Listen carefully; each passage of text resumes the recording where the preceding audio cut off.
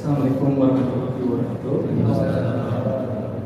Saya dengan Irfan bertanya, apa yang dimaksud dengan hadis qudsi? Terima kasih. Assalamualaikum warahmatullahi wabarakatuh. Ya, hadis qudsi itu adalah hadis yang sumbernya dari Allah Subhanahu wa taala. Hanya disampaikan melalui Rasulullah Shallallahu alaihi wasallam. Jadi kata-katanya itu adalah firman Allah. Nah, cirinya kalau kita membaca hadis qala Rasulullah Shallallahu alaihi wasallam, qala Allah Ta'ala, Rasulullah Shallallahu alaihi wasallam bersabda, Allah Subhanahu wa taala berfirman. Nah, itu ciri hadis qudsi. Bahwa ciri hadis qudsi itu sumbernya itu langsung dari Allah. Seperti hanya Al-Qur'an tapi bukan Al-Qur'an. Ini masuknya kategori al-hadis. Kenapa? Karena disampaikan melalui lisan Rasulullah Shallallahu alaihi wasallam. Cirinya kalau tadi hadis Rasul itu yang fi'liyah, yang qauliyah, qala Rasul langsung, atau sami'tu Rasulullah sallallahu alaihi wasallam yaqul. Kemudian kalau fi'liyah, ra'aitu, aku melihat Rasul melakukan ini. Kalau takriyah sifatnya persetujuan, kalau sifat itu sifat-sifat Nabi. Tetapi kalau hadis qudsi biasanya qala Rasulullah, qala Rabbi. Rasulullah bersabda, Tuhanku berfirman. Rasulullah bersabda, Allah Subhanahu wa taala berfirman. Nah, seperti salah satu contoh hadis qudsi itu, fafarrad bi ibadati, sempatkan olehku beribadah kepadaku, amla sadroka ginan, akan aku penuhi dadamu dengan kekayaan. Jadi sesibuk apapun kita bekerja, sempatkan ibadah, sempatkan belajar, sempatkan mengaji. Jangan takut kehilangan omset. Kenapa? Amla sadroka ginan. Kalau kamu menyempatkan beribadah, aku yang akan memenuhi dadamu dengan kekayaan. Tapi wa illam taf'al amla yadaika syukran. Kalau kamu tidak beribadah, hidup ngejar-ngejar pekerjaan terus, meninggalkan ibadah, amla yadaka syukran, akan aku penuhi kedua tanganmu dengan kesibukan. Sibuknya terus, sibuk. Tapi walam asudu fakroka, kefakiran tidak akan ditutupi. Nah, ini hadis qudsi. Karena Allah sendiri yang berfirman, kata qala Rasulullah, qala Allah Ta'ala. Nah, apakah hadis qudsi ada yang dhaif? Ada. Tergantung dari ini, dari sanadnya. Karena hadis qudsi juga ada sanad. Maka hadis qudsi juga sama, tidak terlepas dari kedhaifan. Oleh karena itu harus diteliti apakah ini hadis qudsi yang sahih atau hadis qudsi yang dhaif. Itu.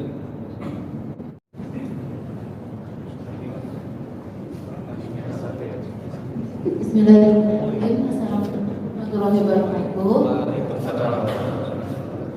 Pak Ustaz, kan kita suka menggunakan sosial media ya, terus kita suka menemukan hadis-hadis dan kadang kita suka pengen sharing gitu sama teman-teman di sosmed.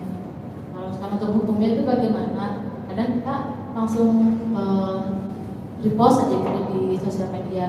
Apabila ternyata hadis yang dhaif, berdasarkan kita untuk menyebarkan atau untuk posting hadis tersebut. Terima kasih. Assalamualaikum warahmatullahi wabarakatuh.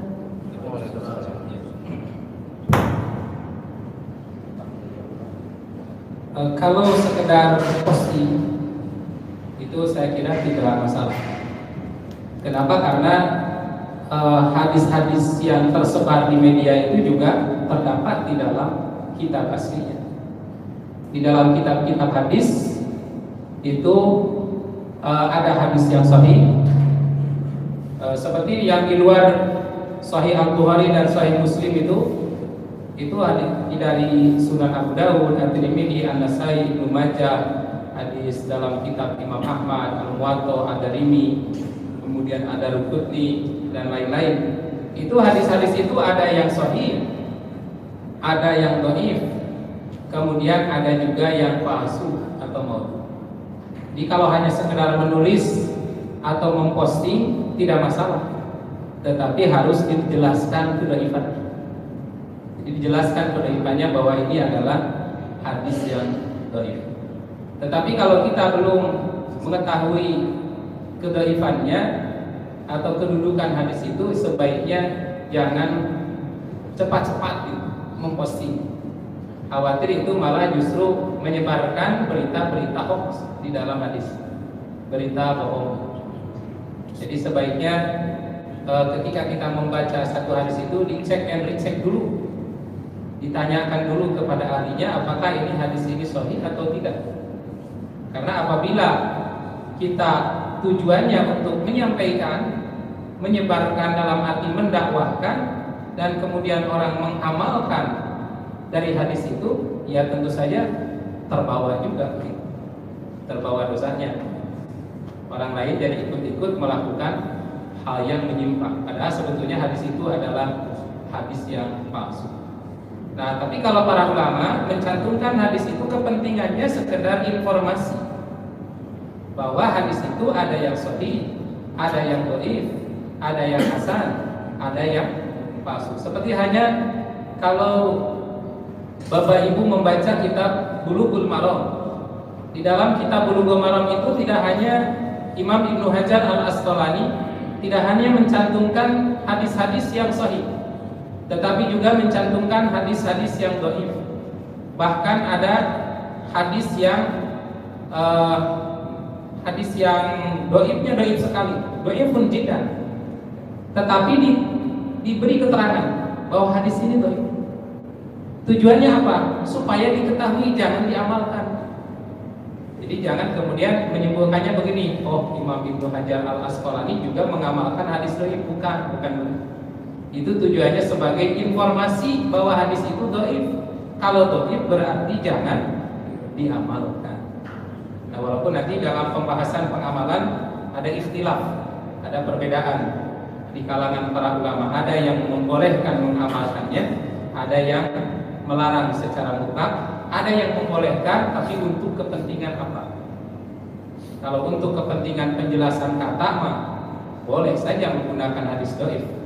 Jangankan hadis yang dhaif, hadis hanya sekedar pendapat atau kebiasaan masyarakat saja, kalau sekedar untuk menjelaskan kebahasaan kan boleh saja. Seperti kamus bahasa Arab itu istilahnya tidak dhaif-dhaif aja kan? Tapi para ulama-ulama bahasa mengambil tradisi kebiasaan orang Arab dalam ungkapan-ungkapan itu untuk apa? Menjelaskan kata-kata. Jadi bisa hadis dhaif juga dipakai dalam rangka untuk menjelaskan makna atau kata-kata dari kalimat hadis tersebut. Ini seperti yang banyak dilakukan atau digunakan oleh para ulama-ulama mufassir di dalam menafsirkan ayat. Tetapi menyebarkan dengan tujuan dakwah dengan hadis itu tidak boleh. Kenapa? Karena hadis dhaif itu bukan hadis Rasulullah SAW. Kita tidak menerima hadis dhaif bukan karena tidak percaya kepada Rasul, tetapi kita tidak percaya Rasul berbicara seperti ini, sebagai bentuk kehati-hatian kita. Begitu. Bismillahirrahmanirrahim. Assalamualaikum warahmatullahi wabarakatuh. Sebetulnya ada keluhan dari Pak Ustadz, tapi mungkin agak berhubungan juga. Jadi ketika kita mengambil suatu hukum, ya entah itu tentang cara ibadah ataupun perilaku kita, aturannya kan sebetulnya sudah jelas Quran dan hadis itu, Ustaz. Kita juga mengenal juga istilah ijma dan qiyas, Ustaz. Nah, itu yang ingin saya tanyakan, itu mengenai tingkatannya, Ustaz, karena mungkin di dalam Quran dan hadis itu ada hal-hal yang sifatnya tidak spesifik dengan kondisi sekarang. Ya mungkin kan sekarang ya mengenai tata cara rukhsah sholat apa segala macam sudah berubah gitu, akhirnya ada ketetapan-ketetapan di luar itu yang kita kenal mungkin ijma, ada juga yang menggunakan qiyas ataupun ada yang tidak menggunakan qiyas juga. Nah, maksudnya sebetulnya ijma dan qiyas ini sebelumnya sumbernya ada, artinya sebelumnya sudah ada contohnya dan tingkatannya seperti apa gitu, Ustaz. Jadi sudah jelas sebetulnya Quran, hadis. Yang kita kenal ada ijma dan qiyas. Mungkin sedikit menjelaskan itu, Ustaz Umar menjelaskan. Terima kasih. Sumber pokok ajaran Islam itu hanya dua, yaitu Al-Quran dan hadis. Kemudian ketika tidak ditemukan sumbernya di dalam Al-Quran dan hadis, maka biasanya para ulama beristihad. Para ulama di zamannya beristihad untuk mengambil kesimpulan dari satu persoalan yang dihadapi. Maka hasil kesimpulan itu disebut ijma. Di kalangan sahabat disebut ijma'us sahabat, di kalangan ulama di bawahnya disebut ijma'ul ulama. Walaupun pada dasarnya tidak mungkin ada ijma'. Kenapa? Karena boleh jadi ulama tahun 80-an sudah ijma', sudah sepakat. Kalau ulama tahun 2018 sepakat tidak? Tidak mungkin, belum tentu sepakat. Makanya sebetulnya tidak ada ijma' ulama itu. Yang ada barangkali ijma' ulama di zamannya. Makanya ajma'ah itu ajma'ah pada zaman itu. Nah, kemudian qiyas. Nah, qiyas juga ini ketika tidak ditemukan sumbernya dalam Quran, sumbernya dalam hadis, maka hukum itu dikiaskan kepada hukum yang mirip dengan konten yang terjadi saat itu. Nah, tetapi untuk ibadah, la qiyasa fil ibadah. Di dalam beribadah itu tidak berlaku hukum qiyas. Tidak boleh mengkiaskan ibadah. Seperti hanya banyak orang yang meyakini bahwa sholat itu boleh diqodhoan. Jadi kalau misalnya dulu kita baong misalnya tidak pernah sholat, kemudian sekarang insaf sadar, lalu sekarang diqodho sholat itu, ditambah-tambah duhur 3 harieun misalkan, kemudian asar 3 harieun gitu. Nah itu boleh katanya. Kenapa? Dikiaskan kepada ibadah saum. Karena saum juga boleh diqodho, maka sholat juga boleh diqodho. Padahal la qiyasa fil ibadah. Di dalam ibadah itu tidak ada qiyas. Kenapa? Ibadah itu sifatnya ta'abudiyah, tauqifiyah, sudah ditetapkan oleh Allah. Tidak ada qiyas. Kalau Allah memerintahkan begitu ya begitu. Kalau ini hukum untuk sholat, ya ini hukum untuk sholat. Tidak berlaku untuk hukum di luar itu.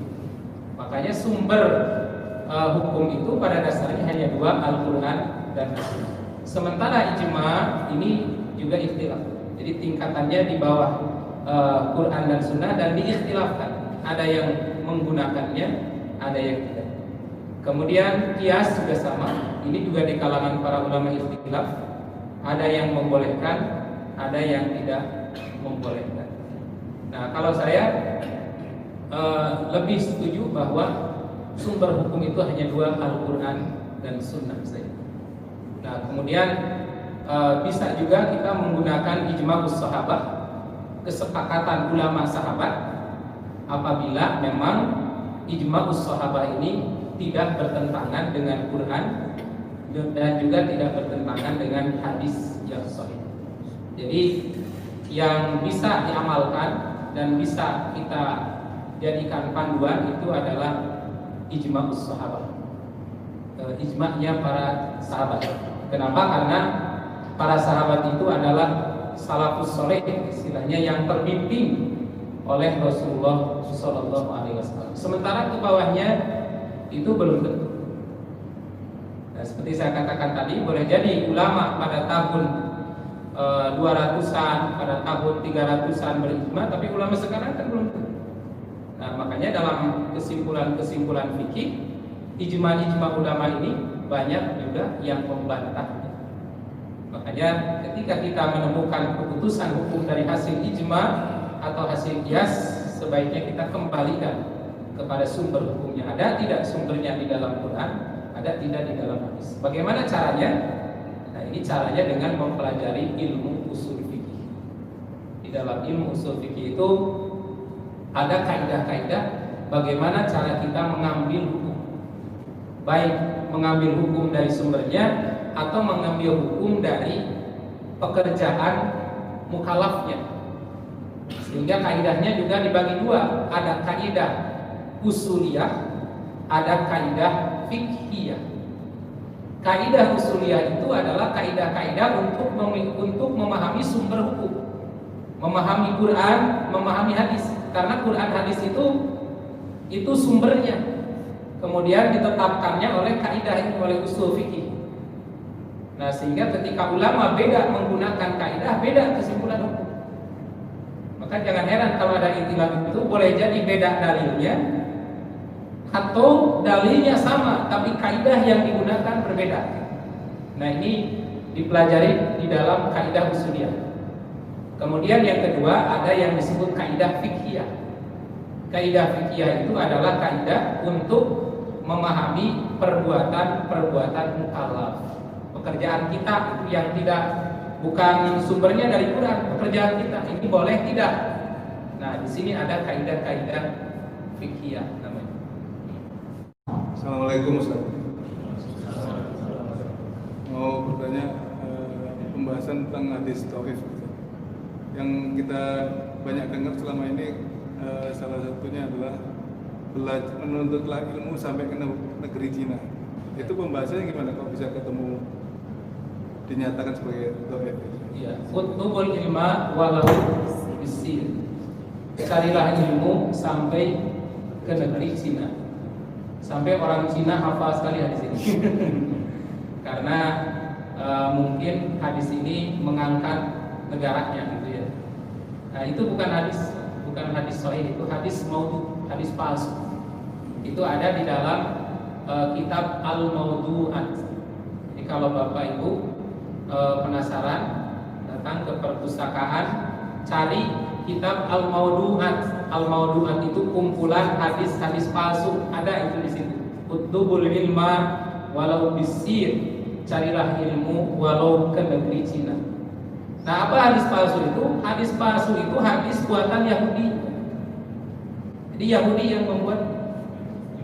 Dan Yahudi itu di zaman sahabat juga sudah banyak yang dihukum gantung.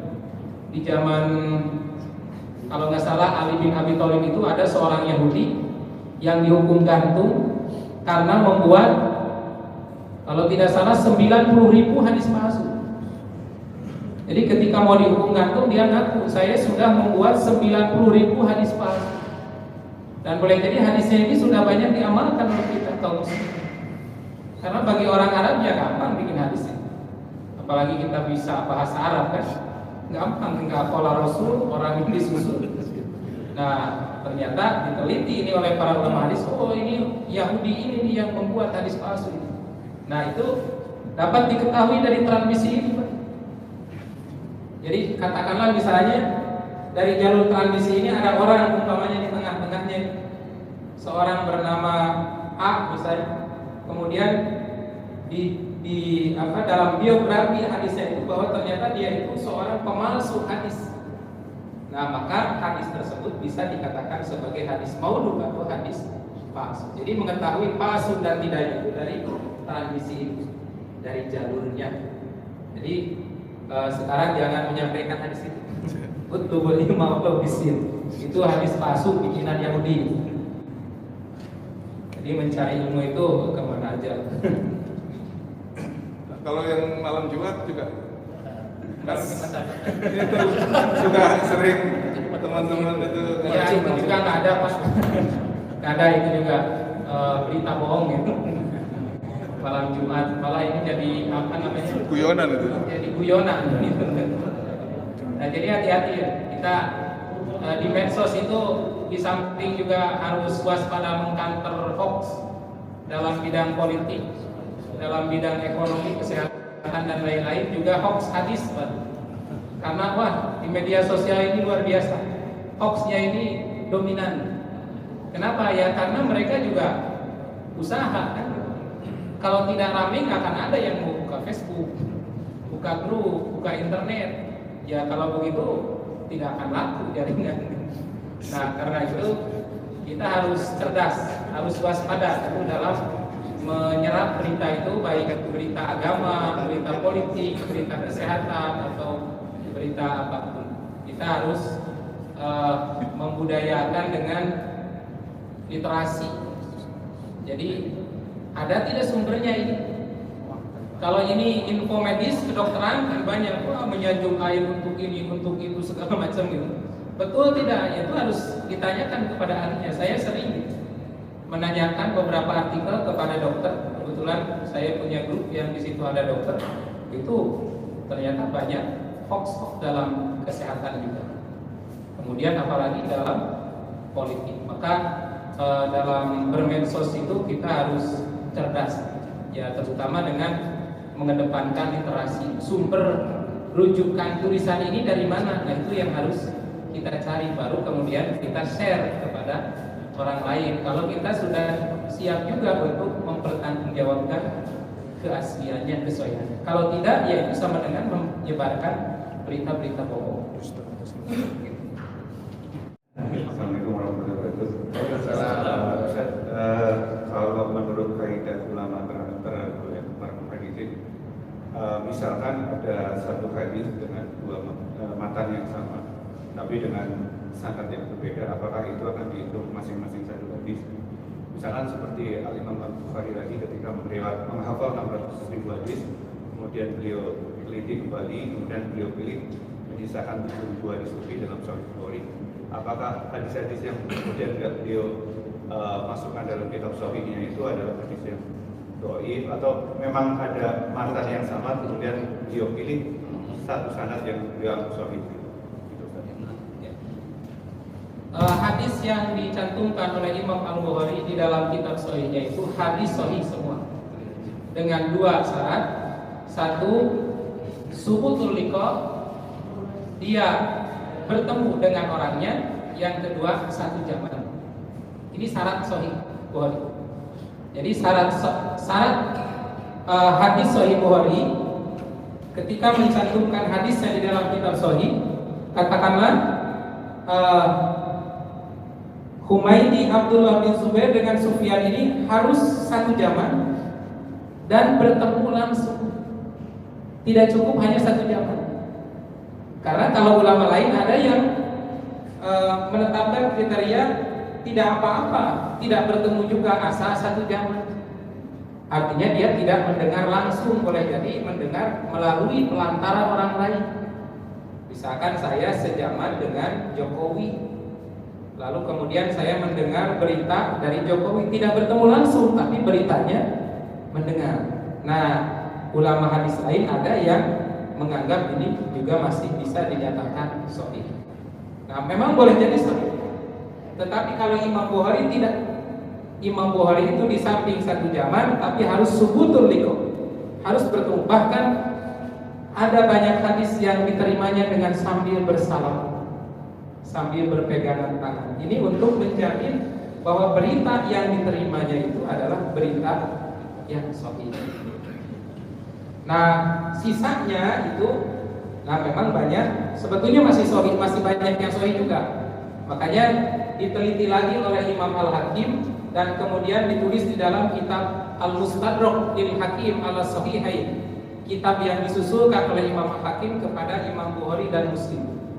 Nah, karena menurut kajian Imam Al-Hakim yang lahir tahun 300-an, dianggap bahwa hadis Imam Bukhari yang tidak dicantumkan di dalam kitab Sahih itu masih bisa diamalkan. Makanya dikumpulkan dalam salah satu kitab namanya Al-Mustadrak. Dan ini masih dianggap sahih. Tapi tentu saja harus dikaji ulang lagi kalau untuk kita sekarang, karena memang ada yang sahih juga, ada yang dhaif juga. Nah, kemudian tadi satu matan ada dua sanad, bisa saja, karena ini juga bukan hanya satu sanad saja, Pak. Nah, hadis innamal a'malu binniyat wa innamal likulli imri'in ma nawa, ini bukan hanya satu jalur periwayatan, tapi ada beberapa jalur periwayatan. Cuman tadi saya tidak sempat membuat gambarnya. Jadi ada melalui jalur lain bercabang. Jadi beberapa sanad, satu hadis beberapa sanad itu tidak masalah. Justru malah kalau sama-sama sahih ini saling menguatkan jadinya. Jadi selama transmisi ini sahih, maka hadisnya tidak ada masalah. Itu hadis yang sahih. Bahkan ketika katakanlah satu jalur hadis, satu transmisi hadis ini dhaif, ada yang dhaif, kemudian ditemukan dari jalur lain ada jalur yang sahih, maka yang dhaif ini terangkat menjadi sahih li ghairi. Sahih dikarenakan terangkat oleh jalur transmisi lain. Nah, itu bisa seperti itu nanti di dalam menetapkan kedudukan hadis. Jadi banyak.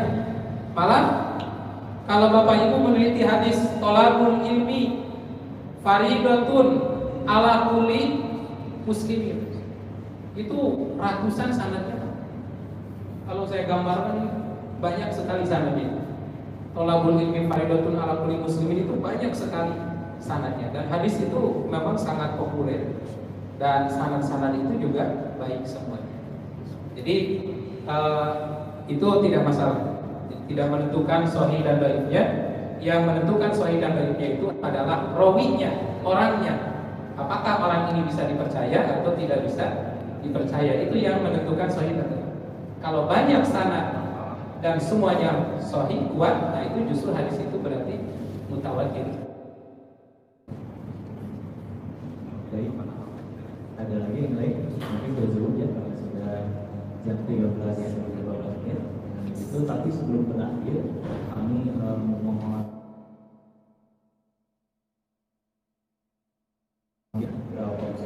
jawaban ini akan diberikan sedikit.